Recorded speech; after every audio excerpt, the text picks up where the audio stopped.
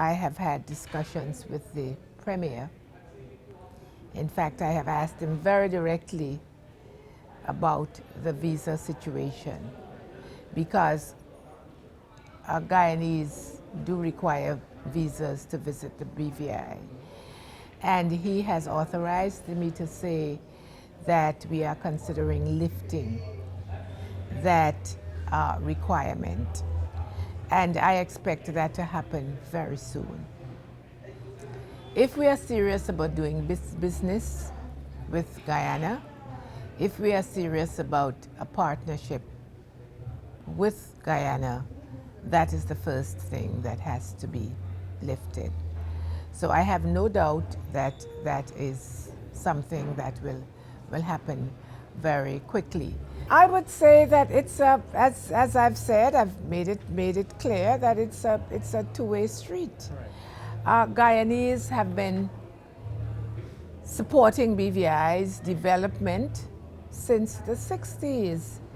I remember as a child, Guyanese working with a company, it was a British company called Pauling Company, and they helped us to build our infrastructure, our main roads, our airport, our access to an airport, a bridge, and so on. And they've been teaching us from the time I entered high school. Too many years that I want to mention. Too many more years than I want to mention. I have had Guyanese teachers supporting me and teaching me. So this is an opportunity.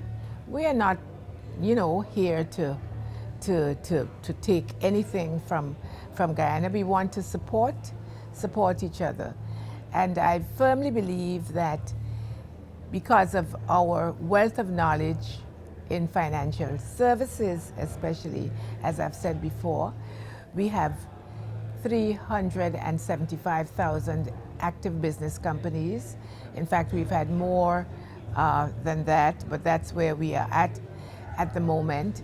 And that translates into $1.5 trillion globally we have right now. But there must be that kind of liaising between the British Virgin Islands and Guyana through having somebody or some entity here on the ground. I'm very optimistic about being here, about the future relationship between Guyana and the British Virgin Islands.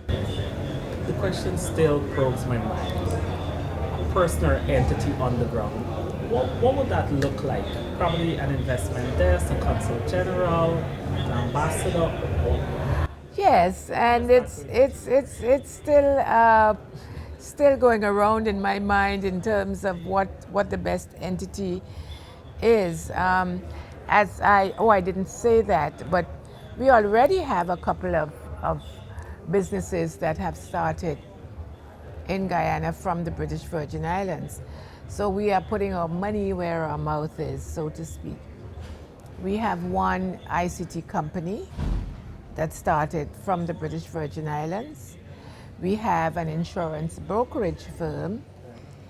And, those are two possibilities that we might use. I'm not saying we're going to use them because we haven't even had discussions with them. Or we might go with a completely different entity. As you said, we may have a consul general, we may have, there are all kinds of possibilities.